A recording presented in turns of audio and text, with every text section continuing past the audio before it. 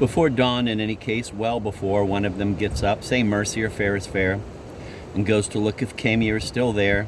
That is, in the place where he thinks he left him. That is, in the place where in the first instance they had dropped as one. Is that clear?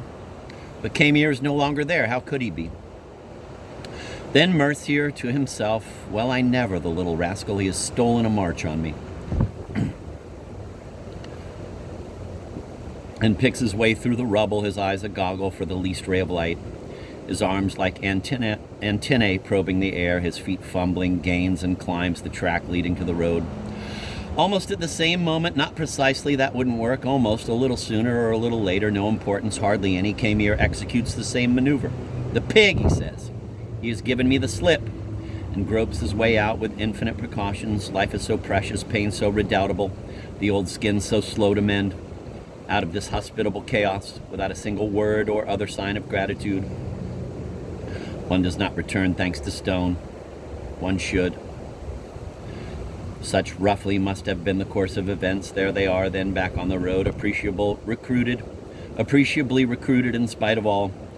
And each knows the other is at hand, feels, believes, fears, hopes, denies he is at hand and can do nothing about it. Now and then they halt, all ears for the footfalls. Footfalls distinguishable from all the other footfalls. And they are legions, softly falling on the face of the earth, more or less softly, day and night. But in the dark a man sees what is not, hears what is not, gives way to imaginings. There is no sense in giving heed, and yet God wot he does. So it may well be that one or the other stops, sits down on the side of the road, almost in the bog, to rest, or the better to think, or the better to stop thinking. Good reasons are never lacking for coming to a stop. And that the other catches up, the one left behind, and seeing this kind of shade does not believe his eyes, at least not enough to run to its arms, or to kick it arse over tip into the quags. The sitter sees too, unless his eyes are closed. In any case, he hears, unless he has gone to sleep, and taxes himself with hallucination, but half-heartedly. Then gradually he rises, and the other sits, and so on. You see the gag. It can last them all the way to town, each yaying and neighing the other to no avail, for needless to say it is townward they are bound, as always when they leave it, as after long vain reckonings the head falls back among the data. But beyond the eastering valleys the sky changes, it's the foul old sun yet again, punctual as a hangman. Take a firm hold on yourselves now, we're going to see the glories of the earth once more, and on top of that ourselves once more. The night won't have made a ha'porth of difference. It's only the lid on the latrine. Lucky we it has one. Our brethren are there to dispel our hopes, if any, our multitudinous brethren, and the rising gorge and all the hoary old pangs. So there they are in view again of each other. What less you can expect? They had only to set out sooner. Whose turn now? Camier's? Then turn, worm, and have a good look. You can't believe your eyes. No matter, you will, for it's himself and no error. You're a boon, old, weary, hairy skeleton of a buddy. Bet to the world, within stone's throw, but don't throw it. Think of the good old days when you wallowed in the swill together. Mercier himself bows to the irrecusable, a habit one contracts among the axioms, while Camier raises his hand in a gesture at once prudent, courtly, elegant, and uncompromising. Mercier hesitates an instant before acknowledging this salute, unexpected to say the least, which opportunity to hurry on Camier is now slow to seize.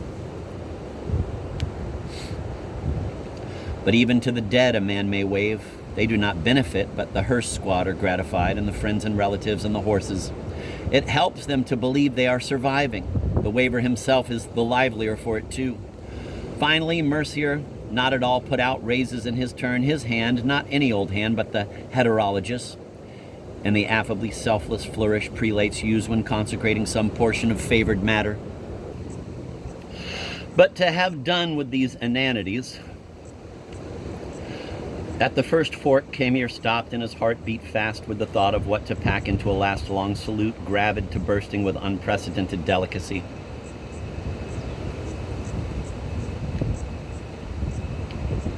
It was true countryside at last, quick-set hedgerows, mud, liquid manure, rocks, wallows, cow shit, hovels, and here and there a form, unmistakably human, scratching at his plot since the first scabs of dawn, or shifting his dung with a spade, having lost his shovel and his fork being broken. A giant tree, jumbled of black boughs, stands between the branching roads. The left leads straight to the town, at least what passes for straight in those parts, the second after long meandering through a rash of pestilential hamlets. Camier then, having reached this juncture, stopped and turned, whereon Mercier also stopped and half-turned, all set to fly. But his fears were unfounded, for Camier merely raised his hand in a gesture of salute similar in all respects to that with which he had already so kindly obliged, while darting the other, rigid at full stretch and doubtless quivering at the right branch. A moment thus, and then, with a kind of heroic precipitancy, he sprang off in the direction indicated and vanished, as into a burning house where 3 generations of his nearest and dearest were awaiting rescue. Reassured, but not entirely, Mercier advanced with caution to the fork, looked in the direction Camier had taken, saw no sign of him, and hastened away in the other. Unstuck at last. Such, roughly, must have been the course of events. The earth dragged on into the light, the brief, interminable light,